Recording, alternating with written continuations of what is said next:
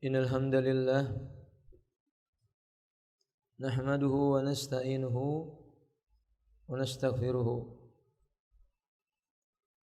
wa na'udzu billahi min sururi anfusina wa min sayyiati a'malina man yahdihillahu fala mudilla lahu wa man yudlilhu fala hadiya lahu. Asyhadu an la ilaha illallah wahdahu la syarika lah wa asyhadu anna Muhammadan abduhu wa rasuluh. Allahumma salli ala Muhammadin wa alihi wa ashabihi man sara ala nahji ila yaumil qiyamati. Amma ba'du.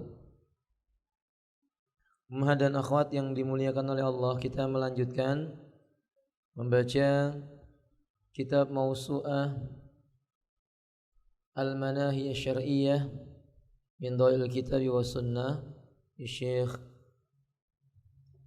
Salim Al-Hilali hafizallahu taala. Pasal yang baru, silakan umat dibaca. Bismillah. Bab larangan mempelajari ilmu nujum dan larangan mempercayai ucapan ahli nujum. Nujum itu dari kata bahasa Arab najmun. Najmun itu maknanya adalah bintang. Tapi ilmu nujum ini maksudnya adalah ilmu sihir yang ditipu pelakunya oleh syaitan dengan menganggap bisa membaca gerakan-gerakan bintang. Masuk dalam kategori ilmu nujum dan masuk dalam kategori ilmu nujum itulah ramalan. Ilmu meramal nasib seseorang. Biasanya kalau di negeri kita dinamakan kenapa Om? Zodiak. Iya Om. Ada zodiak apa? Ada Gemini. Orang yang lahirnya di bulan Juni dan sampai bulan ini Gemini, gitu ya Om ya. Masya Allah, hafal umat. Ada apa lagi Scorpio, ada lagi Leo, macam-macam lah. Ada yang ikan yang mau mati dalam akuarium itu apa? Ya, dipites gitu maksudnya. Allahul musta'an. Maka umat, ini ilmu nujum. Ya, ilmu nujum. Termasuk ilmu nujum ini ya orang yang meramal raut wajah. Dilihat raut wajahnya, oh, raut wajah kamu begini, pertanda kamu akan begini begitu esok hari. Ini ilmu nujum. Termasuk ilmu nujum ketika membaca telapak tangan. Telapak tangannya begini, nasibnya begini dan begitu. Ini ramalan, nggak boleh dalam Islam ya. Kayak pun mengatakan babun nahi anit tanjimi wa tahrimut tasdiqul munajjimin. Bab tentang larangan belajar ilmu nujum, ilmu sihir. Larangan pula mempercayai ahli nujum atau tukang ramal atau tukang sihir. Jangan percaya. Apa dalilnya? Iqra'i. Diriwayatkan dari Abdullah bin Abbas radhiyallahu anhu, dia berkata Rasulullah sallallahu alaihi wasallam bersabda, barang siapa mempelajari sebagian dari ilmu nujum, berarti ia telah mempelajari sebagian ilmu sihir. Semakin bertambah ilmu nujum yang dipelajarinya, semakin bertambah pula ilmu sihir yang dimiliki. Maksudnya semakin rusak dan semakin sesat. An Abdullah bin Abbasin radhiyallahu taala anhu maqal qala Rasulullah sallallahu alaihi wasallam man iktabasa ilman minan nujumi iktabasa su'batan minas sihri zada mazada. Barang siapa mempelajari sebagian dari ilmu nujum, maka artinya ia telah belajar bagian daripada ilmu sihir. Zada mazada, makin dalam dia belajar ilmu nujumnya, makin sesat dengan ilmu sihirnya. Makin rusak dia. Enggak Ustaz makin sakti, enggak, makin rusak. Orang belajar ilmu sihir itu makin lama makin rusak. Bukan makin sakti. Makin rusak, kelak kalau dia mati tidak bertobat darinya, mati kafir. Mati dalam keadaan keluar dari apa? Agama Islam. Dan dalam masalah ini umat, Islam tidak punya toleransi. dengan hal-hal yang ada kaitannya dengan apa? Sihir. Islam nggak pernah basa-basi dengan perbuatan sihir. Nggak ada istilah beda ini Ustaz, ini sihir putih. Mau putih mau hitam sesat. Sihir nggak boleh. Ini tukang sihirnya beda Ustaz, ini tukang sihirnya suka menolong orang. Ini namanya talbisul haq bil batil. Ya, ini mencampur adukan antara kebenaran dengan kebatilan. Tukang sihir itu menyakiti Allah, menyakiti syariatnya Allah, menyelisih sunnahnya Rasulullah. Walau dia bisa dianggap menolong orang, buktinya fulan sakit kena sihir Ustaz, ditolong sama tukang sihir ini dia sembuh. Ya, tapi disesatkan. Sembuh dari penyakit dunia, rusak hatinya karena masuk ke dalamnya kekufuran. Na'udzubillah summa na'udzubillah min dalik. Maka di antara kandungan bab ini qala mualliful kitab hafizallahu taala iqra ya ukhti. Jumlah berkata dalam kitab Jami Bayanil Ilmi wal Fadlihi, adapun ilmu astrologi dalam pandangan seluruh pemeluk agama yang fungsi dan tujuannya ialah mengetahui peredaran falak dan benda-benda langit, tempat muncul bintang-bintang, mengetahui waktu siang dan malam, batas waktu malam dan siang untuk setiap negara di setiap harinya, jarak setiap wilayah dari garis khatulistiwa, mengetahui garis lintang utara dan selatan, bujur barat dan bujur timur, mengetahui waktu terbitnya hilal dan tempat munculnya, mengetahui waktu munculnya bintang-bintang, perjalanannya, perhentiannya, dan letaknya di garis lintang dan bujur, mengetahui tempat dan waktu terjadinya gerhana matahari dan gerhana bulan di setiap negeri, mengetahui hitungan tahun Samsiah dan Qamariyah, mengetahui hitungan tahun bintang-bintang dan lain sebagainya. Sebagian ahli ilmu mengingkari beberapa hal yang kami sebutkan tadi. Menurut mereka tidak ada seorang pun yang dapat mengetahui perkara gaib dengan ilmu nujum. Tidak ada seorang pun yang dapat mengetahuinya dengan benar kecuali para nabi yang telah Allah beri keistimewaan dengan benar kecuali para nabi. Ulang lagi. Jawaban terus. Dengan ilmu tentang perkara-perkara yang tidak dapat diketahui. Mereka berkata, tidak ada seorang pun sekarang ini yang berani mengaku mengetahui perkara gaib kecuali orang jahil, kurang akal, pendusta dan mengada-ngada.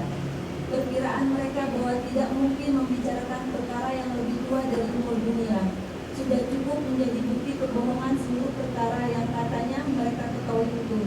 Orang yang meramal dengan ilmu nujum sama seperti orang yang meramal dengan Iyafa dan Jafar. Iyafa itu artinya meramal nasib baik atau nasib buruk dengan menerbangkan seekor burung atau binatang tertentu dilepaskan. Ini disebut dengan iyafa dan disebut dengan iyafa atau meramal kebaikan seseorang dengan menggunakan binatang-binatang. Ini enggak benar, ya. Perbuatan itu tidak dibenarkan. Makanya para ulama mengatakan wala yadda'i ma'rifatal ghaibi bihal yawma 'alal qat'i. Tidak satu pun orang pada hari ini mengaku mengetahui secara qat'i tentang perkara yang gaib illa kullu jahilin mangkusin muftarin mutakharrisin, melainkan orang itu pasti bisa diyakinkan dia itu orang paling bodoh, dia itu orang yang paling pendusta, kurang akalnya, dan suka mengada-ngada dalam bicara, meracau maksudnya, orang yang meracau omongannya. Benar, memang gak ada yang mengetahui perkara yang gaib. Tapi kalau maksudnya yang dimaksud dengan ilmu falak atau astrologi adalah untuk mengetahui ini batas garis bintang perkiraannya, ini untuk mengetahui perkiraan akan terjadi gerhana matahari, ini gak masalah. Tapi tetap menyertakan dengan kalimat bi'idznillah. Tapi meramal nasib gak boleh. Meramal nasib seseorang karena sebab bintang ini, kamu lahir di jam berapa, jam sekian, oh jam sekian muncul bintang ini, bintang timur lah, bintang barat, bintang selatan, bintang utara, atau bintang apapun juga, kemudian dikatakan ini nasibnya begini dan begitu. Ini yang tidak diperbolehkan. Ini yang tidak diperbolehkan. Ini termasuk apa? Syirik. Tidak ada yang mengetahui perkara yang gaib berupa nasib seseorang kecuali siapa? Allah Subhanahu wa taala. Para nabi pun enggak tahu kecuali setelah diberitahu oleh Allah Azza wa Jalla. Intinya Orang-orang yang seperti tadi itu kalau meramal begini dan begitu sama dengan orang yang meramal dengan membaca garis tangan atau meramal menggunakan tulang-tulang hewan kayak perbuatan orang-orang apa? Majusi. Sama dengan orang yang melakukan pengobatan dengan cara dipalingkan pikirannya, apa bahasa itu Ibu? Hipnotis.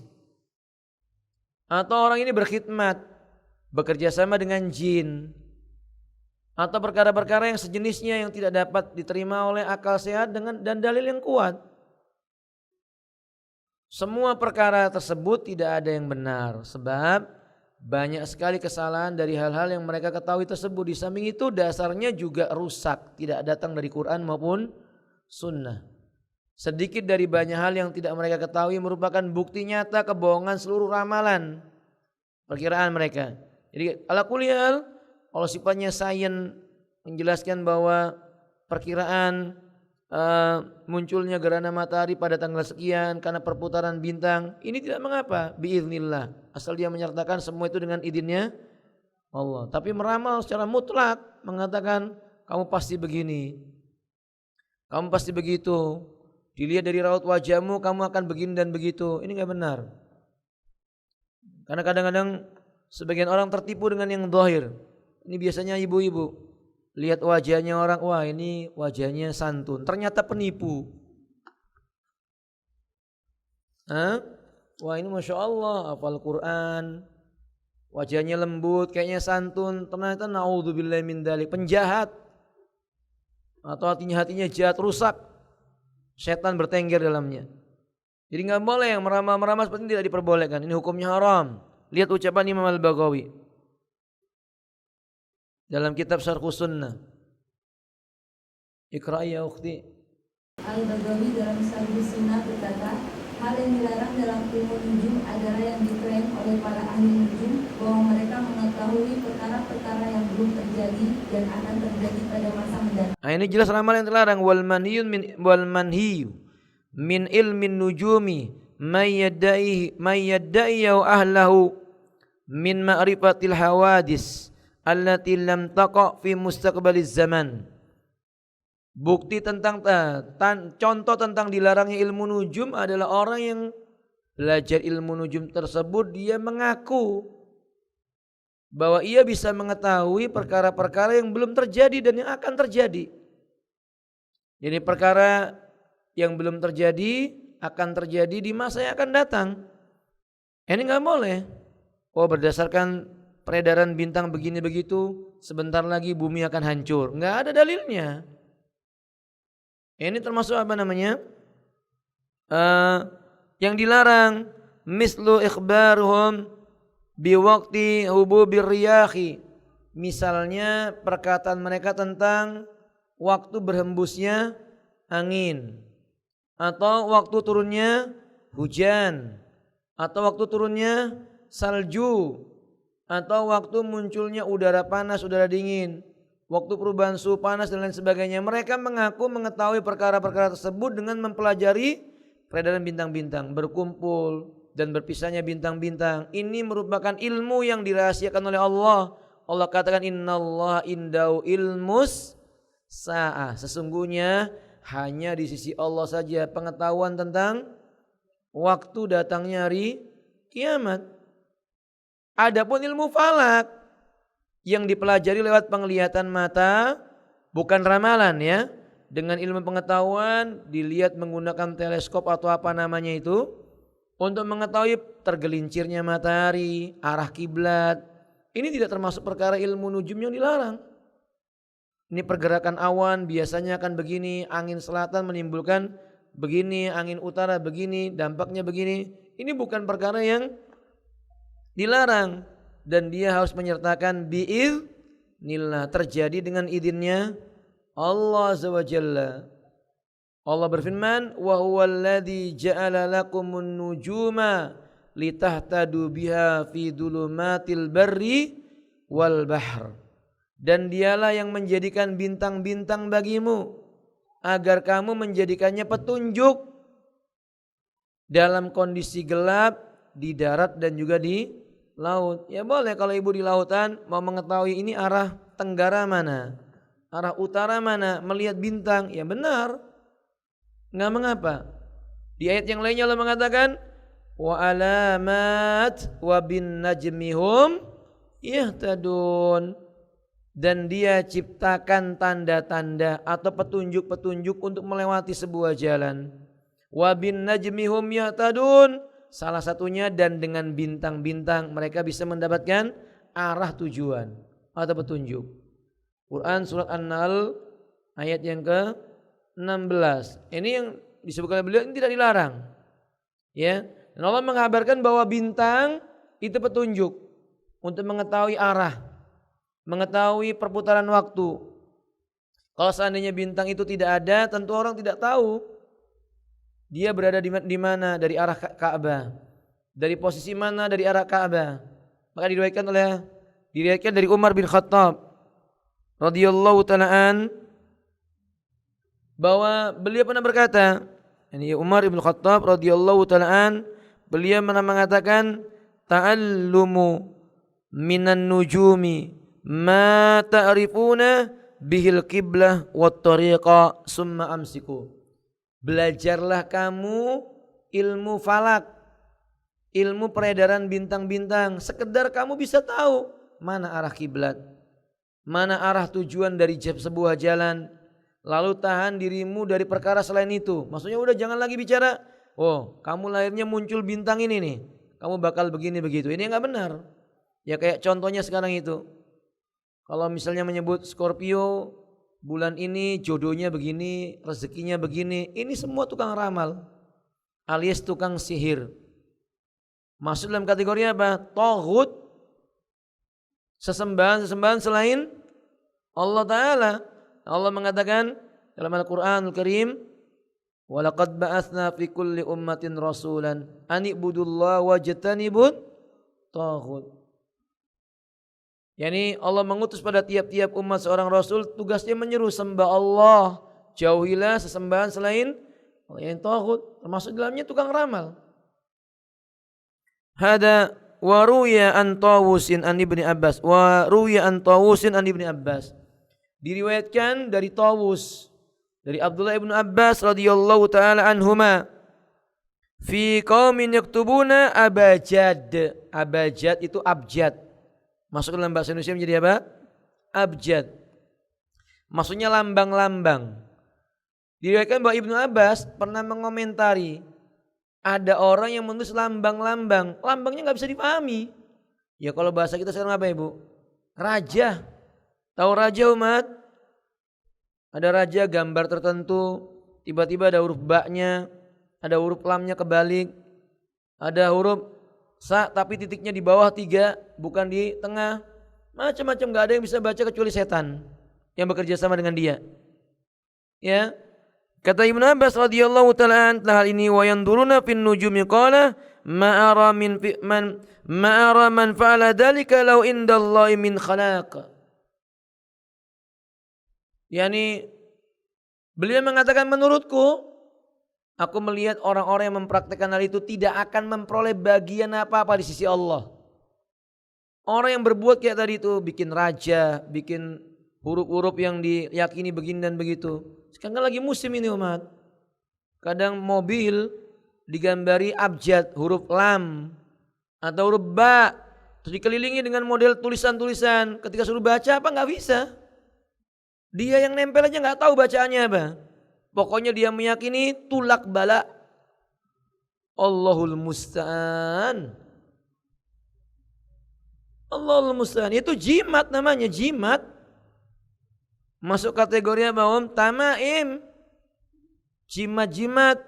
Walaupun gak dikalungkan, digelangkan di tangan, tapi ditempel di mobil. Ya gak boleh. Gak dibenarkan ya seperti itu. Maka Imam Ibnu Qayyim Al-Jauziyah, beliau telah menjelaskan secara tuntas dan gamblang bab tentang masalah apa? Kebatilan dari ilmu nujum.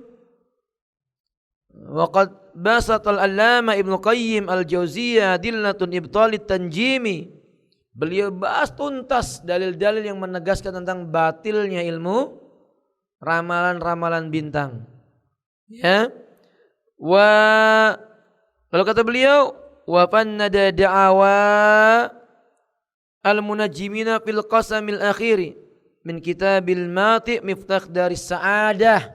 Beliau patahkan hujahnya tukang ramal atau ahli nujum pada bagian terakhir dari kitab beliau yang berjudul Miftah Darus Sa'adah. Ini pembahasan beliau ini sangat bagus, sangat bermanfaat. Kalau seandainya kita punya buku terjemahnya, buku Miftah Darus Sa'adah, udah diterjemahkan ini Om. Ini buku yang berbicara tentang bab akidah. Bagus sekali buku ini. Ini kunci untuk membuka negerinya orang-orang yang memiliki kebahagiaan.